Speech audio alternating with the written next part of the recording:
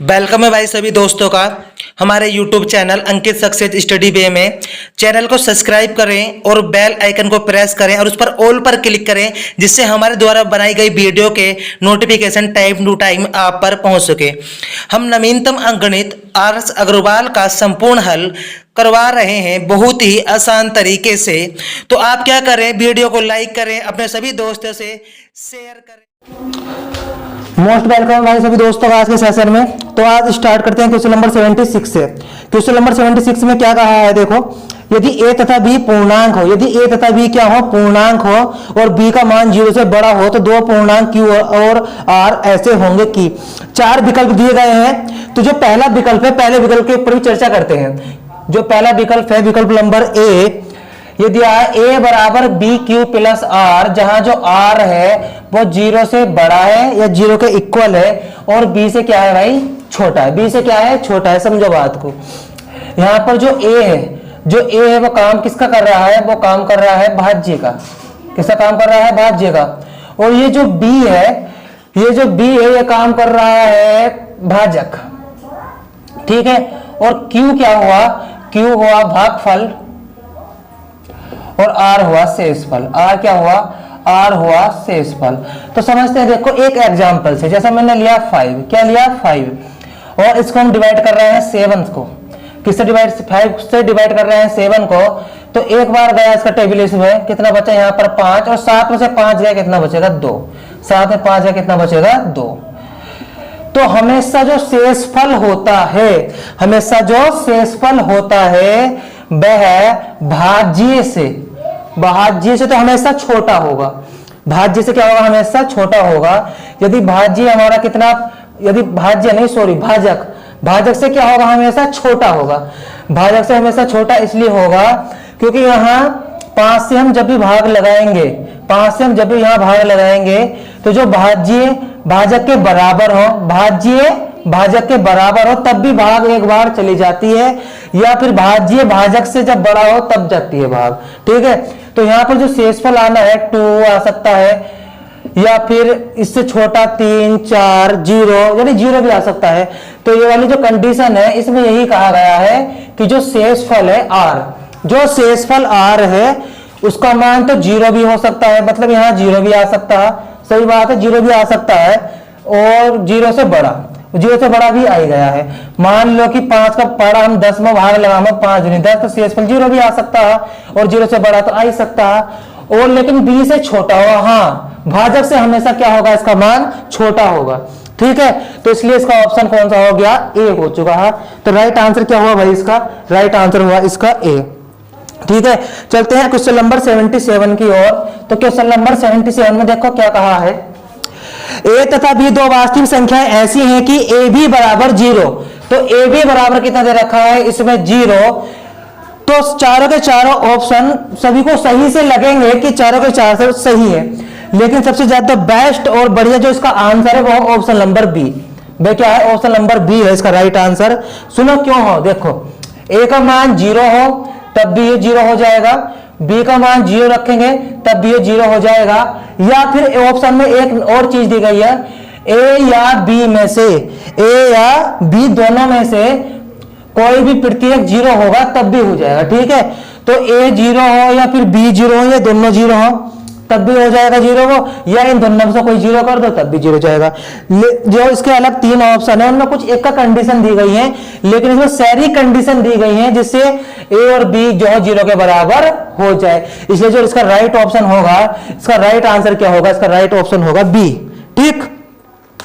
चलते हैं next question की ओर। Question number 78। क्वेश्चन नंबर 78 में क्या कहा भाई, सबसे छोटी अभाज्य संख्या कौन सी है। तो पहले तो अभाज्य संख्याओं के बारे में समझो कि अभाज्य संख्या क्या होती है। अभाज्य संख्या जो केवल स्वयं से कटे, किससे कटे, केवल स्वयं से कटे, जो केवल अपने आप से कटे, और उसकी गुणा में क्या हो, 1 हो। यानी हम कह सकते हैं मैथ की लैंग्वेज में से जिसके 2 फैक्टर हो। किसके फैक्टर हो, जिसके दो फैक्टर हो, और दो फैक्टर में एक तो स्वयंभू संख्या हो और एक क्या हो, हमेशा एक हो। ऐसी संख्या अभाज्य संख्या कहलाती हैं जिसका दो फैक्टर हो, एक तो खुद स्वयं वही संख्या और एक हो। जैसे कि पहला हम 1 को लेते हैं, 1 अभाज्य संख्या है या नहीं, तो इसके हम फैक्टर करने जाते हैं 1 गुणा 1। तो इसके हम दो फैक्टर करते हैं जिसमें यह कि स्वयं हो और जिसमें क्या है इसका 1, तो इसके दो फैक्टर नहीं हो रहे, इसके दो फैक्टर नहीं हो रहा है 1 गुणा 1। दो फैक्टर मतलब है दो अलग नंबर होना, तो यहां क्या हो रहा है 1 गुणा 1, तो इसके दो फैक्टर नहीं बन रहे। और यहां जब हम 2 के टुकड़े करते हैं 2 गुणा 1, एक तो स्वयं खुद ये संख्या हो गई, एक तो स्वयं क्या हो गई भाई, ये एक संख्या हो गई, और एक इसके पास क्या आ गया, 1 आ गया। अब दोनों संख्याएं क्या हो गई, अलग अलग हो गई, तो हम कह सकते हैं यहाँ पर दो फैक्टर इसके हो चुके हैं और यहाँ पर दो फैक्टर नहीं थे, तो इसलिए एक अभाज्य संख्या नहीं है, क्योंकि एक ही संख्या की हम कितनी बार गुणा कर ले वे फैक्टर नहीं माने जाते। दो अलग अलग संख्याएं जब टुकड़े में होकर आती हैं वे फैक्टर माने जाते हैं। तो 2 के हम जब टुकड़े कर रहे हैं तो 2 गुणा 1, और 2 क्या हो गया स्वयं वह संख्या, और 1 क्या हो गया उसका 7 गुणा में उसका फैक्टर हो चुका है। तो जो अभाज्य संख्या होती है तो स्वयं वही उसी संख्या से कटना चाहिए और 1 गुणा में होना चाहिए, दो फैक्टर होने चाहिए। तो सबसे छोटी जो अभाज्य संख्या क्या है, 2 है। सबसे छोटी अभाज्य संख्या क्या है, 2 है। इसका जो राइट आंसर है वो है सी। 2 सबसे छोटी अभाज्य संख्या है, 2 सबसे छोटी सम संख्या है, 2 सबसे छोटी सम संख्या है। तो चलते हैं क्वेश्चन नंबर 79 की ओर।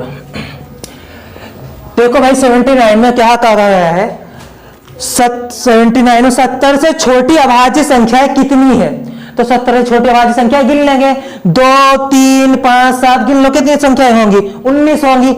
इसका जो राइट आंसर होगा ऑप्शन नंबर सी। इसका जो राइट ऑप्शन क्या होगा भाई, ऑप्शन नंबर सी इसका राइट ऑप्शन है।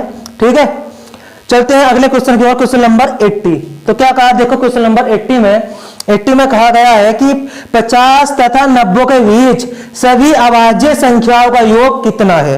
तो 50 तथा 90 के बीच कितनी अभाज्य संख्याएं हैं उनको लिखना है। 50 तथा 90 के बीच जो जो अभाज्य संख्याएं होंगी उनको लिखो और प्लस कर दो। जैसे 50 और 90 के बाद एक तो आपकी 53 59 61, ठीक है, 67 71 73 79 है ना, ये सब क्या अभाज्य संख्या, इनको जोड़ देंगे आंसर आ जाएगा 635। ठीक, अगला क्वेश्चन है इसमें 81। देखो 81 बहुत इजी क्वेश्चन है। क्या कहा 81 में कि बताइए 110 तथा 120 के बीच कितनी अभाज्य संख्याएं हैं। तो 110 तथा 120 के बीच देखो कितने नंबर होते हैं, 111 112 111 112 113 114 115 116 117 118 और 119। 111 3 से कट जाएगा, 112 4 से कट जाएगा, 114 2 से कट जाएगा, और ये 5 से 2 से, ये किससे कटेगा भाई, 13 नंबर से कट जाएगा, ये 2 से, और ये किससे कट जाएगा, 17 से कट जाएगा। केवल 113 ही एक ऐसी संख्या है जो किसी से नहीं कटेगी, केवल अपने आप से ही कटेगी और एक बार कटेगी। दो फैक्टर हुए, एक स्वयं और एक, तो यह संख्या क्या हुई, अभाज्य संख्या हुई। तो 110 और 120 के बीच केवल एक ही अभाज्य संख्या ऐसी है। ठीक है, तो इसका राइट आंसर होगा ऑप्शन नंबर